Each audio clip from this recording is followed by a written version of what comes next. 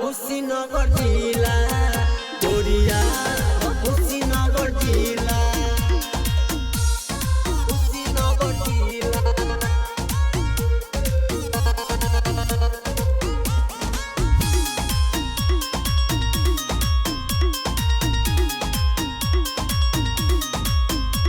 बड़ौना के मशहूर हई दबंग रे की चार चार गो पिस्तौल रखिले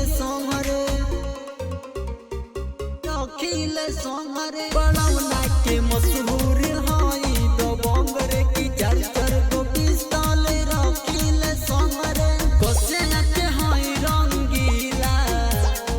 कसे के हई रंगीला गोरिया कुशीनगर जिला गोरिया कुशीनगर जिला कुशीनगर जिला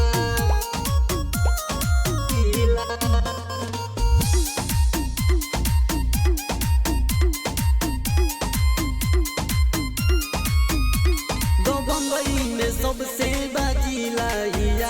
कि पूछेला नहीं सीधे मारे लागे सीधे मारे लागे दबंगई में सबसे बाजीला कि पूछेला नहीं सीधे मारे लागे सूजी से न करी है तेलीला और किस दीपक से न करी है तेलीला गोरिया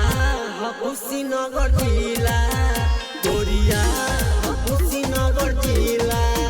जहाँ जाला वही जगाड़ देला किला जहाँ जाला वही जगाड़ देला किला गोरिया कुशीनगर जिला गोरिया